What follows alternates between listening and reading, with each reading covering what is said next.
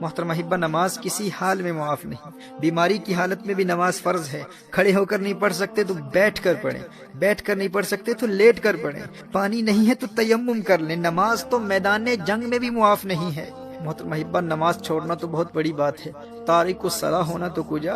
ہمارے اسلاف تو اس تصور سے بھی ڈرتے تھے کہ کہیں نماز میں سستی کرنے والوں میں ان کا نام نہ لکھا جائے، یا نماز ضائع کرنے والوں میں ان کا شمار نہ ہو جائے۔ حضرت عبداللہ ابن عباس رضی اللہ تعالیٰ عنہما کی آنکھ میں پانی اتر آیا۔ لوگوں نے عرض کیا کہ اس کا علاج تو ہو سکتا ہے لیکن چند نمازیں قضا ہو جائیں۔ آپ نے فرمایا یہ نہیں ہو سکتا۔ میں نے نبی کریم صلی اللہ علیہ وآلہ وسلم سے سنا ہے کہ جو شخص نماز نہ پڑھے وہ اللہ جل وعلا کے یہاں ایسی حالت میں حاضر ہوگا کہ اللہ جل وعلا اس سے ناراض ہوگا۔ اللہ اکبر! کہا کہیں میرا اللہ ناراض نہ ہو جائے۔ حدیث شریف میں آتا ہے نا کہ من لقی اللہ وہو مودع للصلاۃ، جو اللہ جل وعلا سے یوں ملاقات کرے کہ وہ نماز کو ضائع کرنے والا ہو تو اللہ جل وعلا اس کی کسی نیکی کی پرواہ نہیں کرتا۔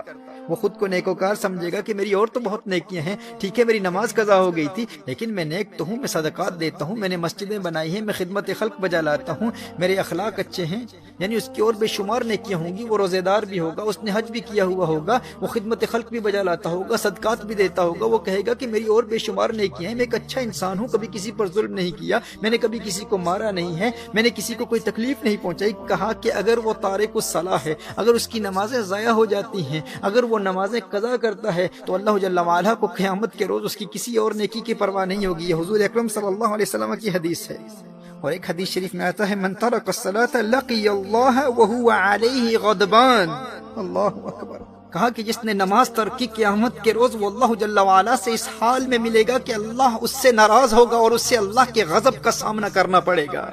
محترم احبہ، نبی کریم صلی اللہ علیہ وآلہ وسلم نے ارشاد فرمایا کہ قیامت کے روز بندے سے سب سے پہلے اس کی نماز کے متعلق سوال ہوگا۔ اس سے پوچھا جائے گا نماز پڑھتا تھا کہ نہیں۔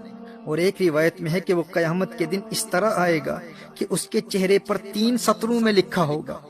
پہلی سطر میں لکھا ہوگا اے اللہ کے حق کو ضائع کرنے والے، اور دوسری سطر میں لکھا ہوگا اے اللہ کے غضب کے ساتھ مخصوص، اور تیسری سطر میں لکھا ہوگا کہ جس طرح تو نے دنیا میں اللہ کے حق کو ضائع کیا اسی طرح آج تو اللہ کی رحمت سے مایوس ہوگا، آج تو اللہ کی رحمت سے مایوس ہوگا۔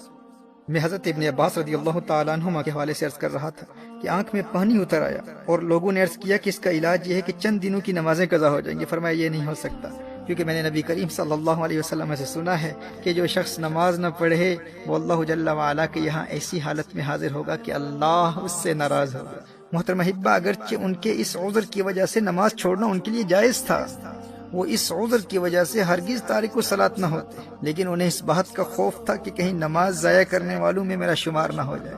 اور ایک روایت میں تو آیا ہے کہ انہیں کہا گیا کہ آپ کی نمازیں قضا نہیں ہوں گی، بس 5 دن زمین کے بجائے بلند لکڑی پر سجدہ کرنا ہوگا، یعنی زمین پر سجدہ نہیں کر پائیں گے، سجدہ کریں گے لیکن بلند لکڑی پر سجدہ کرنا ہوگا۔ تو حضرت عبداللہ ابن عباس رضی اللہ تعالیٰ عنہما نے ارشاد فرمایا 1 رکعت بھی اس طرح ادا نہیں کروں گا۔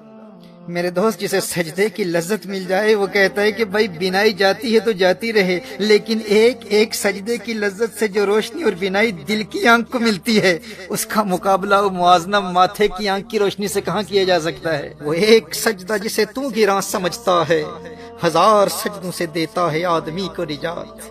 وہ سجدہ روح زمیں جس سے کانپ جاتی تھی اسی کو آج ترستے ہیں ممبر و محراب۔ ویسے تو مسجدوں میں ہزاروں سجدے کرنے والے ہوتے ہیں، لیکن جس سجدے کو آج ممبر و محراب ترستے ہیں وہ سجدہ کون سا ہے؟ یہ وہ سجدہ ہے جو اس قدر انہماک کے قلب اور حضوری قلب سے ادا کیا جاتا ہے کہ بندے میں ایسی انقلابی روح پیدا کر دیتا ہے کہ بندہ در در کی ٹھوکریں کھانے سے ہمیشہ ہمیشہ کے لیے آزاد ہو جاتا ہے۔ در در دیے در در نالوں در بن جا ایک دردا، چول کتا کیوں اخویندائیں در بن وقتاں وردہ۔ جب وہ ایک در کا در بن جاتا ہے پھر اللہ جل وعلا اسے در در کی در در سے ہمیشہ ہمیشہ کے لیے آزاد کر دیتا ہے۔ جب وہ اللہ کی بارگاہ کا منگتا بن جاتا ہے پھر کسی اور کی بارگاہ میں جولی پھیلانے کی حاجت کبھی پیش نہیں آتی۔ در در دیے در در نالوں در بن جا ایک دردا، چول کتا کیوں اخویندائیں در بن وقتاں وردہ۔ وہی سجدہ ہے لائق اہتمام کہ ہو جس سے ہر سجدہ تجھ پہ حرام۔